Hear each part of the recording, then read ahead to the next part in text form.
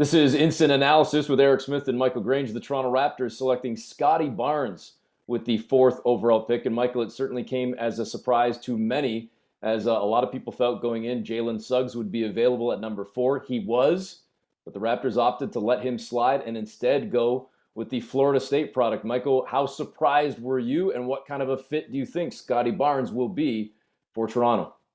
I was surprised. The people I'd talked to who kind of were sort of in position to know really thought that it was going to be Jalen Suggs, which was, of course, the consensus view of kind of the broader NBA community. And but within that, or while saying that, there was a clear enthusiasm for Scottie Barnes through the whole process. There was some discussion that if the Raptors maybe thought that they could trade down and still get a guy like Scottie Barnes, maybe forego Jalen Suggs and trade down, get Barnes, maybe another asset, they could go that route. That's how high they were on him.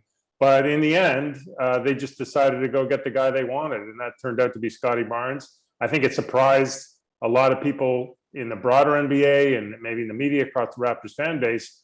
But can you really call it a surprise when the Raptors themselves are so good at not tipping their hand and what their real intentions are? So, I think when you step back, he makes a ton of sense, right? I mean, you look at what he brings to the table, what he might be able to bring to the table, and he does seem like a guy that fits well with what the Raptors have tried to do with their players in the past. Well, and to that point, Michael, a versatile player, a two-way player that can clearly bring it, not just on the offensive end, but big time on the defensive end, a lockdown guy, a guy that can guard and play multiple positions.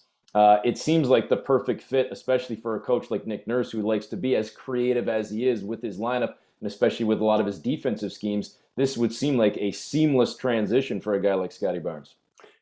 Absolutely. And I mean, we talked to Nick Nurse after the pick was made, and he was already talking about, playing small ball, except with everybody, 6'9" and over, kind of with Pascal Siakam, OG Anunoby, and Scottie Barnes all being able to play together. And, I think, and he mentioned multiple times, both OG Anunoby and Pascal Siakam as kind of prototypes for what Scottie Barnes could end up being over time. I mean, this is still a young player and there's going to be growing pains and all of that. But I think the one thing that does jump out at you is you look at where Pascal and OG were, as young players. And of course, OG was much older, Pascal was much older than Scottie Barnes when he was drafted. And just on video, at least, I mean, Scottie Barnes looks like he's kind of ahead of that. He's a much more fluid and comfortable athlete in the open floor than, say, OG Anunoby was certainly early in his career. He already seems to have that multiple position defensive approach that Pascal Siakam kind of developed in his second and third year. So I think there's a lot of reason for optimism that his road to being a contributor might be a little quicker than even it was for those two players.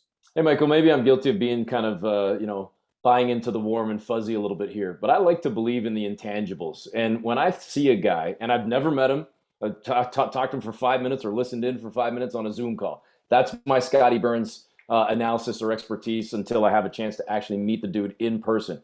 But it seems like he has a crazy amount of energy, a ton of positivity, an infectious personality that you would only assume would rub off in a locker room, on a team bus, just being around the club on a daily basis, and just a good person. If you combine that with a high basketball IQ and an immense amount of skill and a diverse set of skills, again, it sounds like you're checking a lot of boxes with this guy, in spite of some fans that might have initially reacted, oh, hold on a second, this isn't Jalen Suggs. This does seem like one heck of a pick.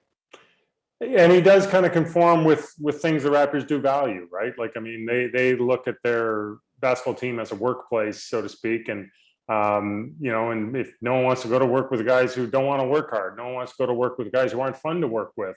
And, it is a grind to become the kind of player that, the Raptors certainly have in mind that Scottie Barnes can be.